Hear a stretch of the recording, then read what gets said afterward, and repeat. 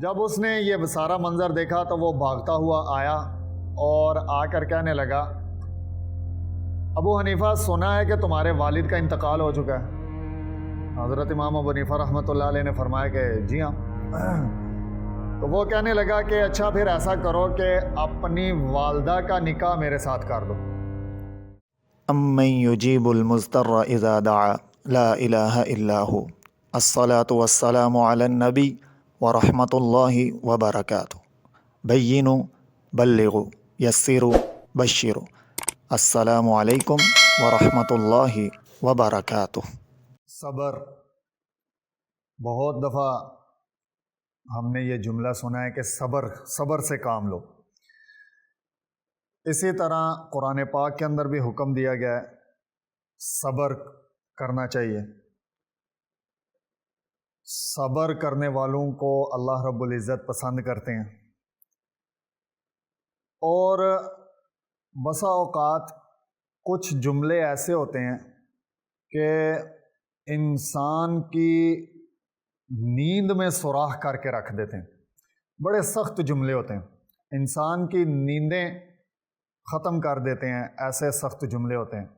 ان جملوں میں اپنے آپ کو سنبھالنا اور کنٹرول کرنا اور ان جملوں پر صبر کرنا، پھر بولنے سے پہلے صحیح الفاظ کا چناؤ، جیسے کہتے ہیں نا کہ سوچو تولو بولو، یہ ساری باتیں، ان تمام باتوں کو سمجھنے کے لیے ایک واقعہ آپ حضرات کے سامنے رکھتا ہوں۔ حضرت امام ابو حنیفہ رحمۃ اللہ علیہ بہت بڑے امام گزرے ہیں اور شہرۂ آفاق شخصیت ہیں۔ ہر کوئی حضرت امام کے نام سے واقف ہے۔ حضرت امام ابو حنیفہ رحمۃ اللہ علیہ کے والد کا، حضرت امام ابو حنیفہ رحمۃ اللہ علیہ کے والد کا انتقال ہوا تو 3 دن تک تعزیتی معاملہ رہا، اور 3 دن کے بعد حضرت امام ابو حنیفہ رحمۃ اللہ علیہ گھر سے نکلے، باہر آئے، لوگوں سے بات چیت کرنے ہی والے تھے کہ حضرت امام ابو حنیفہ رحمۃ اللہ علیہ کے جو حلقہ احباب تھا یا محلے دار تھے، یا اس علاقے میں ایک شخص تھا جو حضرت سے بہت خائف رہتا تھا، حسد کرتا تھا، اور ہمیشہ امام ابو حنیفہ رحمۃ اللہ علیہ کو تنگ کرنے کا کوئی موقع ہاتھ سے نہیں جانے دیتا تھا۔ وہ بھاگتا ہوا آیا اور آ کر کہنے لگا، ابو حنیفہ سنا ہے کہ تمہارے والد کا انتقال ہو چکا ہے۔ حضرت امام ابو حنیفہ رحمۃ اللہ علیہ نے فرمایا کہ جی ہاں۔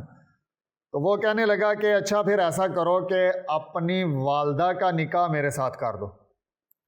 اب یہ جملہ انتہائی سخت جملہ ہے، اور ایسا جملہ ہے کہ سننے کے بعد خود کو سنبھالنا اور صبر کرنا، واقعی حقیقی صبر، اس جملے کو سننے کے بعد اگر کوئی صبر کر رہا ہے تو وہ حقیقی صبر ہے۔ امام ابو حنیفہ رحمۃ اللہ علیہ نے خود کو سنبھالا۔ امام ابو حنیفہ رحمۃ اللہ علیہ کے شاگرد امام صاحب کے ساتھ تھے، انہوں نے اس کو جواب دینے کے لیے یعنی زور آزمائی کے لیے یا اس کو مارنے کے لیے آگے بڑھے، تو حضرت امام نے اپنے شاگردوں کو روک دیا اور فرمایا کہ ہم لاوارث نہیں ہیں، اور پھر اس شخص کی طرف متوجہ ہوئے اور کہنے لگے کہ والدہ محترمہ کی عدت مکمل ہونے لیں دو، تو میں جو ہے وہ آپ کا نام لے کر اپنی والدہ سے بات کروں گا، اگر انہوں نے ہاں کہہ دی تو تم سے نکاح کروا دوں گا۔ اب تھوڑا سا امام ابو حنیفہ رحمۃ اللہ علیہ تھوڑا سا آگے ہوئے تو وہ شخص دھڑام سے گھرا اور اس کی روح پرواز کری۔ اب لوگ کہنے لگے کہ اس کو کیا ہوا ہے؟ تو حضرت امام ابو حنیفہ رحمۃ اللہ علیہ نے فرمایا کہ اس کو کچھ نہیں ہوا، اس کو امام ابو حنیفہ رحمۃ اللہ علیہ کے صبر نے مار دیا۔ تو بہت سارے انتقام ایسے ہیں کہ بہت سارے ایسے، یعنی آسان لفظوں میں کہ بہت سارے بدلے ایسے ہیں کہ بہت ساری انسان کی چپی ایسی ہے کہ اس کی وجہ سے بہت زیادہ جو ہے وہ نقصان اٹھانا پڑتا ہے، برداشت کرنا پڑتا ہے۔ تو بہت سارے ایسے معاملات ہیں کہ جس میں خود اللہ رب العزت جو ہے وہ مدد فرماتے ہیں، اور جیسے کہتے ہیں نا کہ مظلوم کی بد دعا سے بھی بچنا چاہیے، تو یہاں پر بھی کچھ ایسا ہی دیکھنے کو سمجھنے کو مل رہا ہے۔